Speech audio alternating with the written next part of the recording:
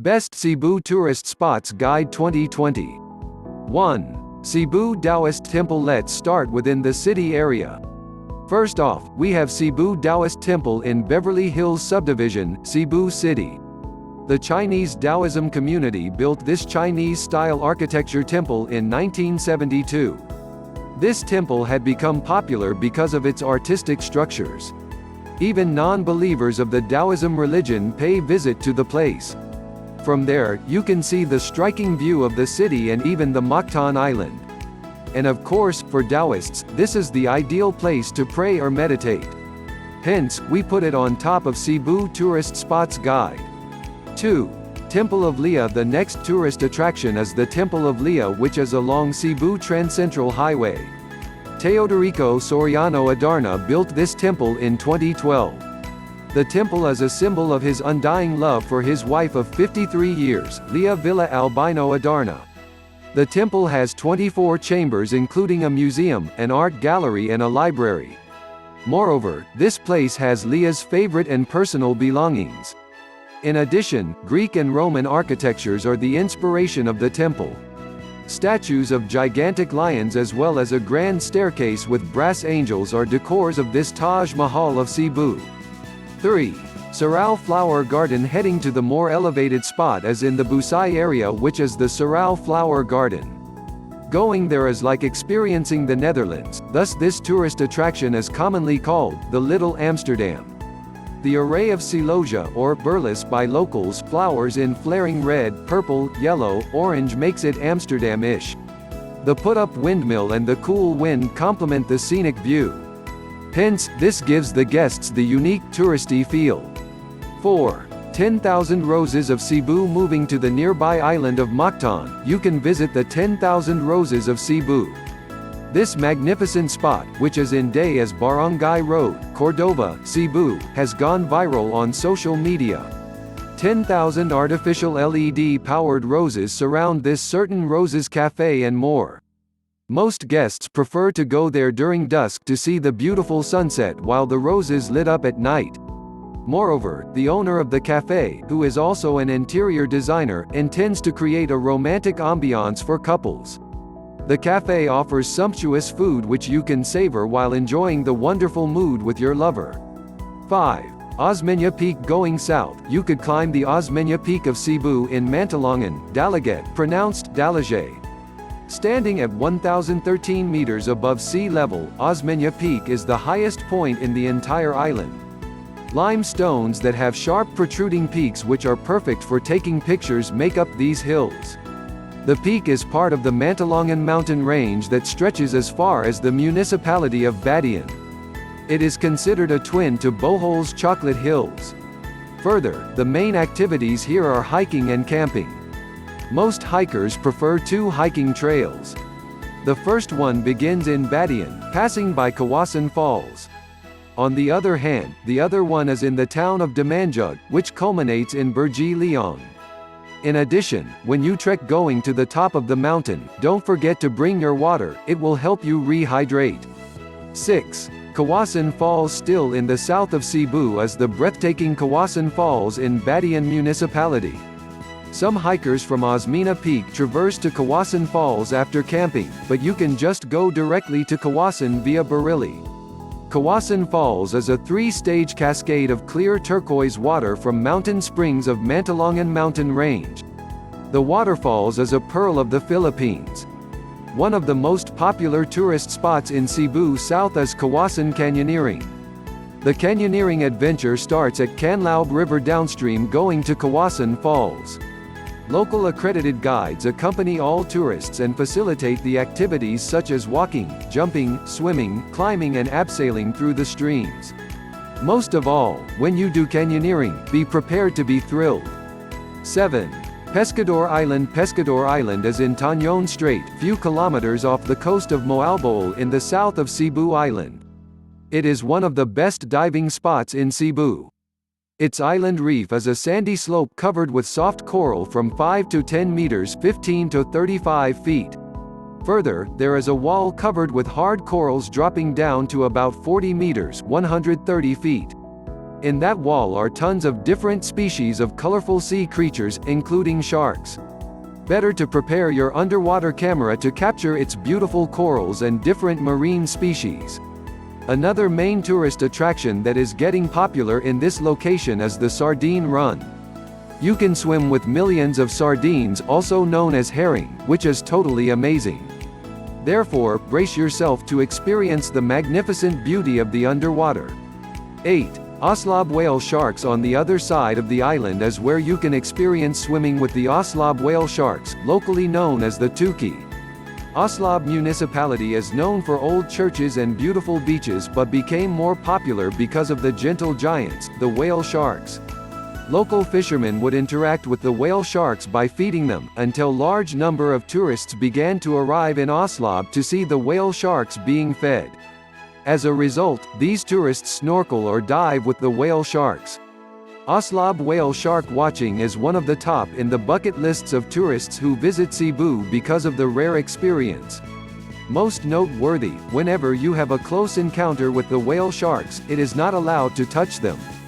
9. Tumalog Falls. Few kilometers away from the whale shark attraction is the Tumalog Falls. It is also situated in the municipality of Oslob.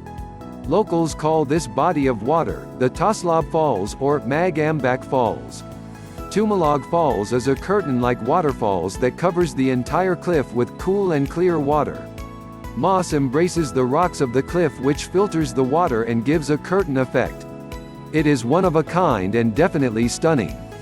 Hence, this has become one of many's favorite Cebu tourist spots. 10. Sumalan Island Sandbar. Still in Oslob is the small but picturesque island of Sumalan, where you can appreciate the sandbar. With its clear azure waters and pristine white sands, Sumalan Island's sandbar is very popular. It mimics a photogenic and mesmerizing tropical paradise that lures all types of travelers. Bluewater Resorts owns the island, hence, spending the night in the island is not allowed unless you are checked in at Sumalan Bluewater Island Resort. But not to worry, they provide day trip tours which include lunch and activities such as snorkeling, hiking, fishing, paddling and many more. 11.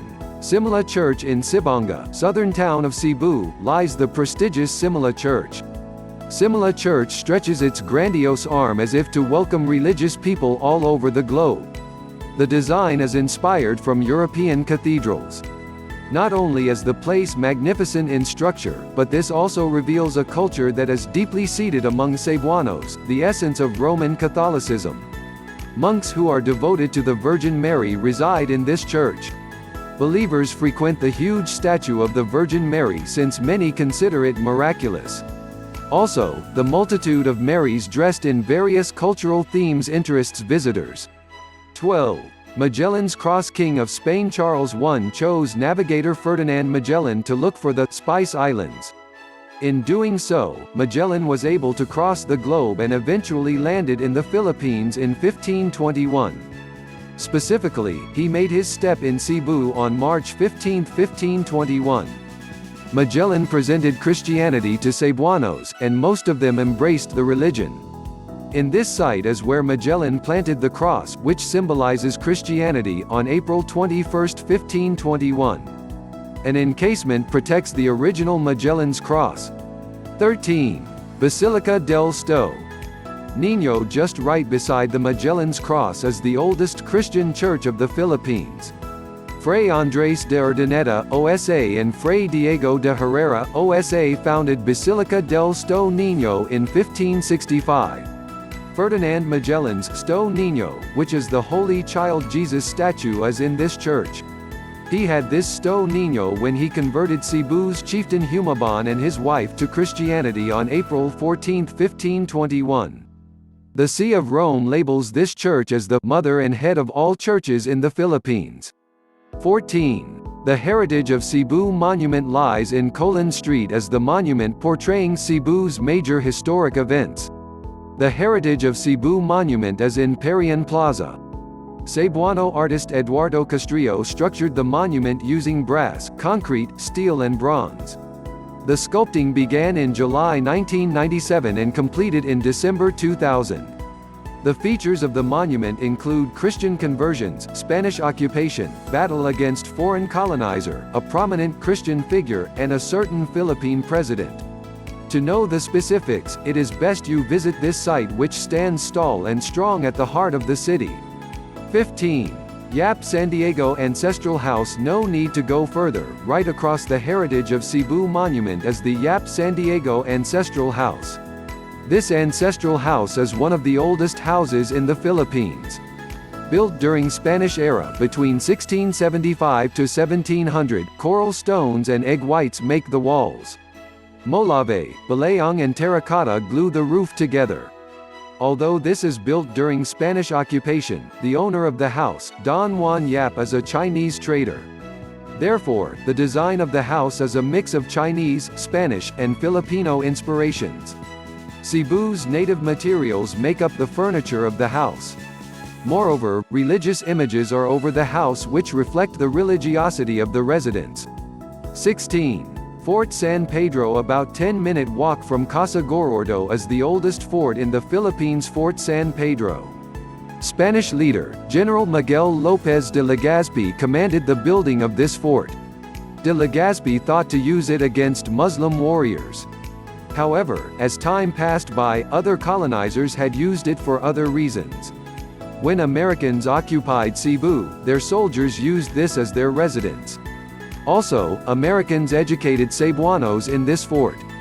Further, during the Japanese colonization, Japanese also used the fort as a barrack, a prisoner and a hospital. The historicity of this smallest oldest fort in the country is undeniable.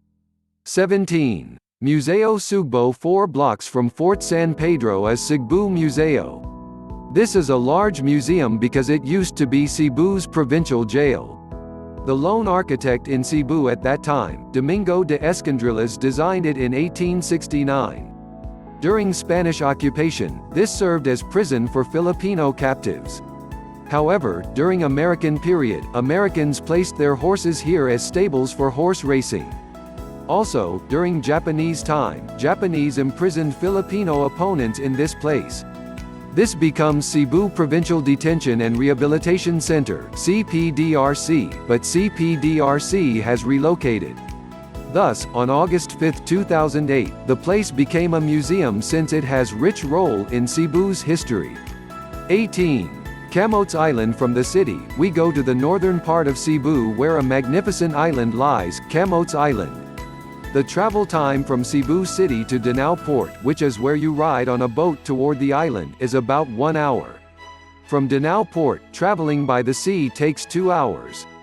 Camotes Island gives you numerous attractions to go to. In a day, you can go to a lake, to a cave, to an islet, and of course, to beaches. To maximize your time, it is best to be there for more than a day though. Visit Santiago Beach, which has a long, white shoreline, Mangodlong Rock, which has picturesque blue and green waters, Lake Danao, which has a serene green lake where you can use a kayak to land on the mini land in the center. Bukalit Cave, which you can swim in with its fresh cold waters, Tulang Diat, which is a paradise-like islet with its white sand and alluring waters. Other equally great places are Timubo Cave, Holy Crystal Cave, Paraiso Cave, Buho Rock Beach Resort, Busay Falls, Baka Beach. Again, Camotes Island is abounding in spots to go to. Stay there for 3 days for best vacation experience. 19. Bantayan Island. Going to the northernmost of Cebu, a gem awaits you, Bantayan Island. This area is one of the most sought-after spots of Cebu. As a matter of fact, it becomes popular in the country when a film was shot there. Many flock to enjoy the breathtaking beaches of Sta.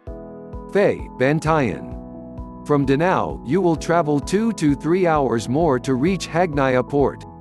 This is the gateway for you to be transported to Bantayan Island via a ferry. The ferry travels 1.5 hours. With the affordable accommodation yet world-class scenery, you could never go wrong with Bantayan Island. You will enjoy the tranquility and the beautiful waves of its seas. 20. Cebu Safari and Adventure. From Danao, in less than 30 minutes, you can reach a destination worth your money and time, Cebu Safari and Adventure Park. Cebu Safari and Adventure Park is the largest zoo in the Philippines. and it has Asia's longest zipline, a whopping 1.2 kilometers. This zoo includes plant and animal species of various kinds, such as exotic tigers and birds. Becoming at par with international zoos, Cebu Safari and Adventure Parks brings you to the amazing nature of Carmen Mountains. Since this is in Carmen, a northern part of Cebu which would take long hours from the city, it is best to travel as early as possible. Opening is at 8 in the morning, but the last admission time is at 2 p.m. The tour at the zoo takes at least 3 hours. What is more interesting and unique about this spot is you can enjoy many thrilling activities, hiking and canyoning in the waterfalls, biking, swaying in the zip lines, and many more. 21. Cebu Ocean Park. Added to the list as Cebu's best tourist destinations is Cebu Ocean Park, which has just been opened in August 2019. Cebu Ocean Park is the Philippines' biggest oceanarium. Located just behind the large SM Seaside Mall and beside the wondrous San Pedro Calungsod Chapel, this is a perfect place for young kids as it is accessible to those who are near the city, and is surely educational and entertaining. There are thousands of marine species settled in aquariums of varied shapes and sizes. Fascinating-looking sea creatures are catchers to the tots' curious minds. In addition, this site is available every day from 9 a.m. to 6 p.m. Do not miss to explore this park with family. 22. Onho World Theme Park. Another new spot in Cebu that makes it to the list is Onho World Theme Park. Onho World Theme Park is Visayas' largest theme park and Cebu's pride for its world-class designs and rides. It is situated in Minglanilla, roughly an hour from Cebu City. True to its name, Onho World has zones with themes based on the major continents of the world. It is like a quick tour to countries and cultures of the globe. This theme park is a mini Disneyland. It has exciting rides and has a snow world. The best word to describe the experience here is fun. During weekdays, this opens at 12 noon to 8 p.m. with a 450 pesos per person fee for unlimited rides. During weekends, Onho World operates a longer time from 10 in the morning to 9 in the evening, at a 550 pesos fee per person. Snow World is an attractive feature that visitors would only visit this section for 350 pesos. However, if you have already paid for the unlimited rides, you only need to add 200 pesos as pass in the Snow World. This is definitely a worth-it destination for adventure and amusement. Finally, Cebu tourist spots are a mixture of historic sites, gorgeous beaches, and fun activities. This Cebu tourist spots guide is arranged by geographical location so you can go to several places in one trip. Like and subscribe. Thank you for watching, Ronald.